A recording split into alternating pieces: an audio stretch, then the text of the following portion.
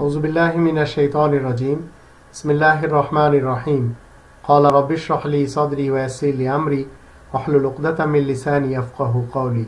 আসসালামু আলাইকুম ওয়া রাহমাতুল্লাহ। দুটি সত্য মেনে নিতে সমস্যা কোথায়? এমন দুটি কথা আমি আপনাদের সামনে রাখবো যে দুটি সত্য কথা মেনে নিতে সমস্যা কোথায়। প্রথমটি হলো, যারা অপবাদ দেয় যে মসজিদে মুসল্লিরা জুতা চুরি করে, কিন্তু কথাটি ঠিক না। ঠিক কথাটি কি? জুতা চোরেরাই মুসল্লি সেজে মসজিদে যায়, আর তারা নামাজ পড়ে লোক দেখানোর জন্য। কারণ কি জানেন?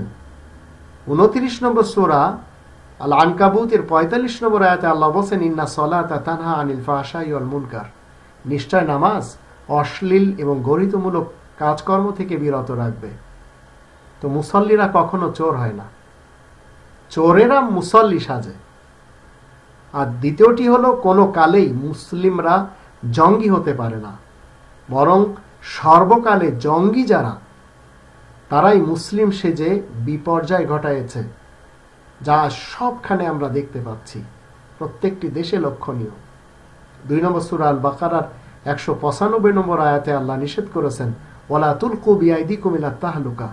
নিজেদের হাতের দ্বারা তোমরা ধ্বংসের কূপে পতিত হও না। আর 2 নম্বর সূরা আল বাকারার 84 নম্বর আয়াতে আল্লাহ মানুষ খুন করতে নিষেধ করেছেন।